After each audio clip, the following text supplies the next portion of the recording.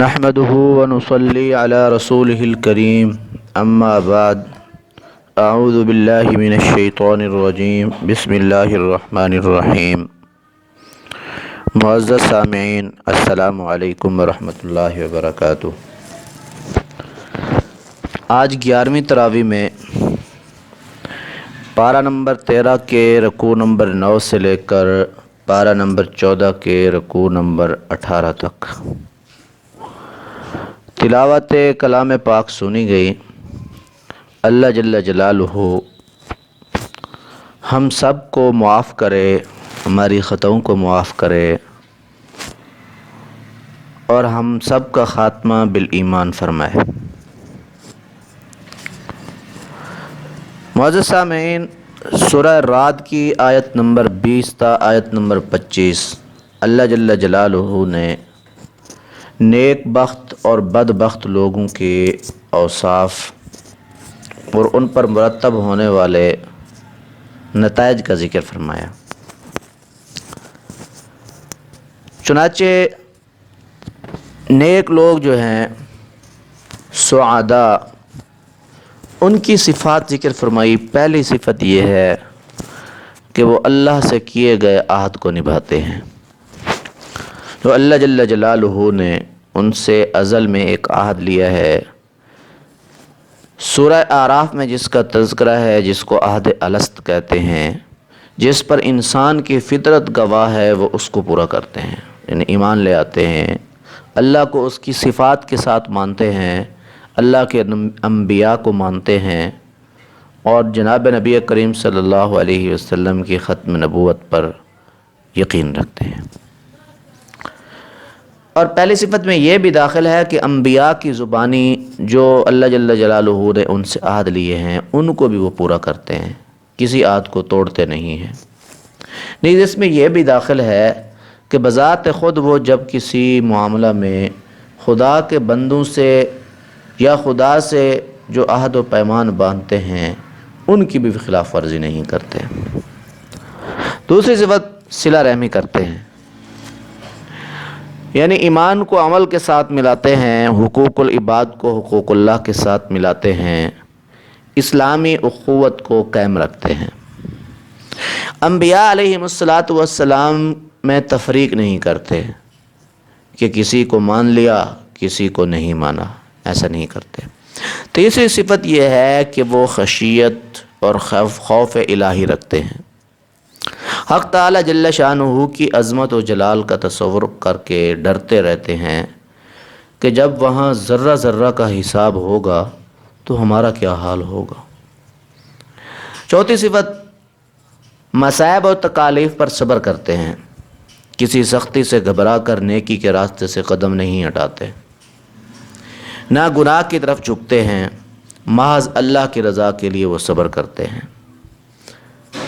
پانچویں صفت یہ ہے کہ نماز کی پابندی کرتے ہیں۔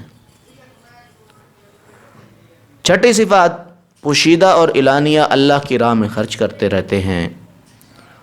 اور ساتویں اور اہم صفت یہ ہے کہ وہ معاف کرتے ہیں، برائی کا جواب بھلائی سے دیتے ہیں، اگر خدا نخواستہ کوئی برائی ہو جائے تو توبہ کرتے ہیں، پھر اس برائی کی تلافی کے لیے اللہ کو یاد کرتے ہیں، کوئی نہ کوئی نیک کام کرتے ہیں۔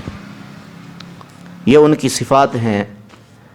تو فرمایا ان کا بدلہ یہ ہے کہ اپنے ایماندار والدین اور ازواج اور بچوں کو لے کر خوشی خوشی جنت میں داخل ہوں گے۔ جنت کے میں ان کا شاندار استقبال ہوگا، جنت کے ہر دروازے پر فرشتے ان کو سلامی پیش کریں گے۔ فرمایا کہ ان کے مقابلے میں جو بدبخت اور اشقیاء ہیں، شقی لوگ ہیں، ان کی صفات یہ ہیں کہ حق تعالیٰ اور بندوں سے بدعہدی کرتے ہیں، صلہ رحمی سے بھاگتے ہیں، قطع رحمی کرتے ہیں، زمین پر فتنہ و فساد بھڑکاتے رہتے ہیں۔ انجام کیا ہوگا؟ انجام یہ ہے کہ اللہ کی رحمت سے یہ دور کر دیے گئے ہیں اور آخرت میں سب سے برے مقام پر ان کو پہنچا دیا جائے گا۔ اللہ جل جلالہ نے آیت نمبر 28 میں فرمایا الذین آمنوا وتطمئن قلوبہم بذکر اللہ، دولت، حکومت، جاگیر و جائیداد، ان میں سے کوئی چیز انسان کو حقیقی اطمینان نہیں دے سکتی۔ حقیقی اطمینان صرف یاد الہی سے ملتا ہے۔ یاد الہی سے جو اللہ سے تعلق قائم ہوتا ہے وہ دلوں سے وحشت کو دور کر دیتا ہے، اس کی جگہ پہ اطمینان، سکون، اعتماد اللہ جل شانہ عطا فرماتے ہیں۔ معزز سامعین، سورہ ابراہیم کے اندر اللہ جل جلالہ نے نبوت اور رسالت کو بیان فرمایا، کفار کی سزا، مومنین کی جزا، اللہ کی وحدانیت، اور آخر میں موحد اعظم حضرت ابراہیم علیہ السلام کا قصہ بھی ذکر فرمایا، جو انہوں نے اللہ جل جلالہ سے دعائیں مانگی، ان کا تذکرہ کیا۔ اللہ جل جلالہ نے سورہ ابراہیم کی ابتدائی 5 آیات میں فرمایا کہ یہ کتاب اس لیے نازل کی ہے تاکہ آپ صلی اللہ علیہ وسلم جہالت میں بھٹکنے والے انسانوں کو روشنی ملائیں، اور جن لوگوں نے دنیا اور آخرت کا موازنہ کر کے دنیاوی مفاد کو ٹھنڈے دل سے آخرت کے مقابلے میں قبول کر لیا ہے اور اپنے نفس کو خدا بنا لیا ہے، فرمایا کہ ان کے دل ہدایت سے بہت دور نکل گئے ہیں۔ اور آگے فرمایا کہ ہم نے ہر نبی کو اسی قوم کی زبان میں پیغام دے کر بھیجا ہے۔ آپ صلی اللہ علیہ وسلم کو فرمایا کہ آپ اپنی قوم کو سابقہ قوموں کے عبرتناک انجام یاد دلا کر نصیحت کرتے رہیں۔ آیت نمبر 7 میں فرمایا لَإِن شَكَرْتُمْ لَأَزِيدَنَّكُمْ وَلَإِن كَفَرْتُمْ إِنَّ عَذَابِي لَشَدِيدٌ۔ تم شکر گزار بنو گے تو زیادہ نوازے جاؤ گے، ناشکری اختیار کرو گے تو سخت سزا ملے گی۔ شکر گزاری اللہ جل جلالہ کی طرف سے بہت بڑی توفیق ہے۔ حدیث پاک میں ہے، حضور صلی اللہ علیہ وسلم کی خدمت میں ایک سائل آیا، آپ صلی اللہ علیہ وسلم نے ایک کھجور دی، اس نے وہ کھجور نہ لی یا لے کر پھینک دی۔ پھر دوسرا سائل آیا، اس کو بھی ایک کھجور دی، اس نے لے لی اور وہ بولا سبحان اللہ تمرۃ من رسول اللہ، سبحان اللہ، یہ کھجور رسول اللہ صلی اللہ علیہ وسلم کی طرف سے تبرکاً ملی ہے۔ آپ صلی اللہ علیہ وسلم نے پاس موجود کسی خادمہ کو حکم دیا، جاؤ ام سلمہ رضی اللہ تعالیٰ عنہ کے پاس، ان کے پاس جو 40 درہم رکھے ہیں وہ اس شکر گزار سائل کو دے دو۔ جو ناشکری کرتا ہے اللہ جل شانہ اس کے پاس موجود خزانوں کے پہاڑ بھی ہوں، ان کو اللہ جل شانہ اس سے چھین لیتا ہے۔ آیت نمبر 22 میں فرمایا کہ حساب کتاب کے بعد جب دوزخیوں کے دوزخ میں جانے کا فیصلہ کر دیا جائے گا، اس پر دوزخی شیطان کو الزام دیں گے، اس کو پکڑ لیں گے کہ مردود تو نے ہمیں اس مصیبت میں گرفتار کروایا، اب سفارش کا کوئی انتظام کر تاکہ عذاب الہی سے ہمیں نجات ملے۔ تب ابلیس ان کو لیکچر دے گا۔ اللہ جل جلالہ نے اس کو ذکر کیا۔ ابلیس کہے گا کہ اللہ تعالیٰ نے انبیاء کے توسط سے جو سچے وعدے کیے تھے وہ دنیا میں دلائل کے ساتھ ثابت بھی کر کے دکھائے تھے، اور آج تم ان کا مشاہدہ بھی کر رہے ہو۔ میں نے ان کے مقابلے میں جھوٹے وعدے کیے تھے جن کا جھوٹ ادنا غور سے واضح ہو سکتا تھا، اور آج آپ کی آنکھوں کے سامنے وہ واضح ہے جھوٹ۔ تم اپنی رضا اور رغبت سے گمراہ ہوئے تھے، کیا تم اندھے تھے؟ اگر میں نے تمہیں اغوا کیا تھا تو تمہارا عقل کام نہیں کرتا تھا۔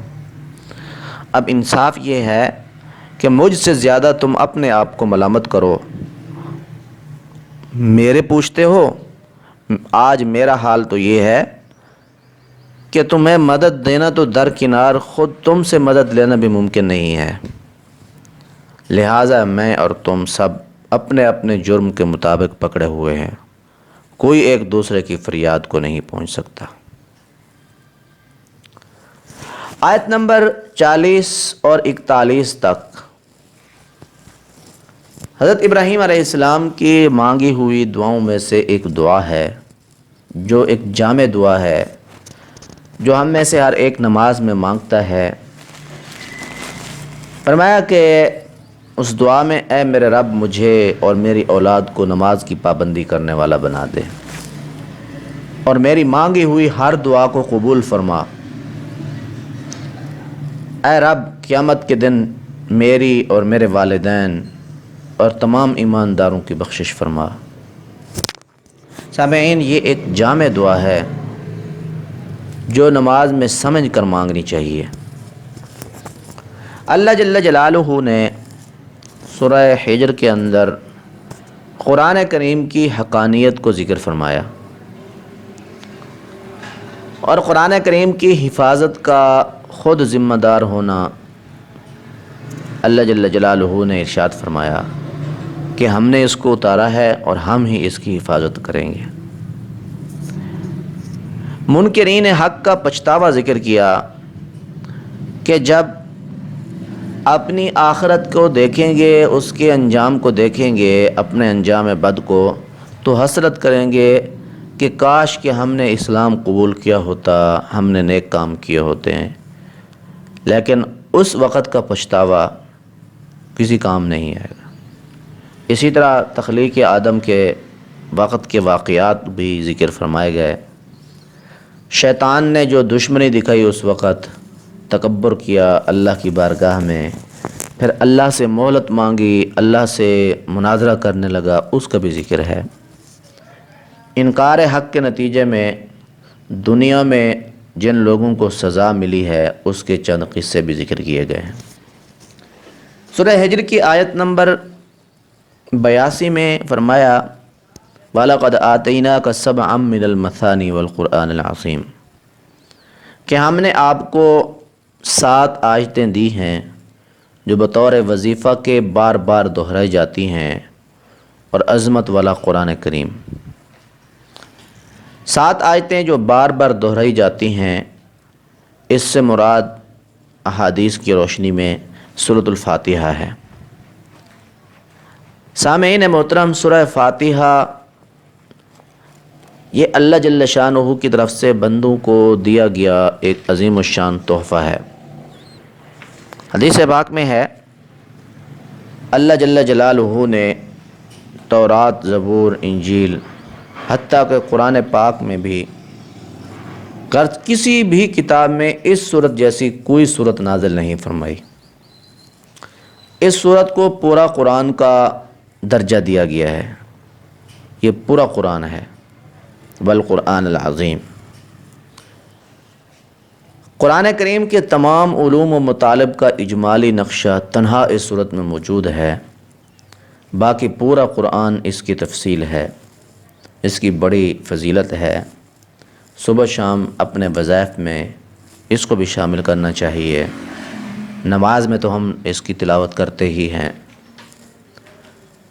سورہ نحل میں زیادہ تر اللہ تعالیٰ نے اپنی نعمتیں شمار کروا کے بندوں سے مطالبہ کیا ہے کہ ان نعمتوں کو شمار کرنے کے بعد ان کے خالق کے انکار کی کوئی گنجائش باقی نہیں رہتی، لہٰذا اس خالق کو مانو، اسی کی بندگی کرو۔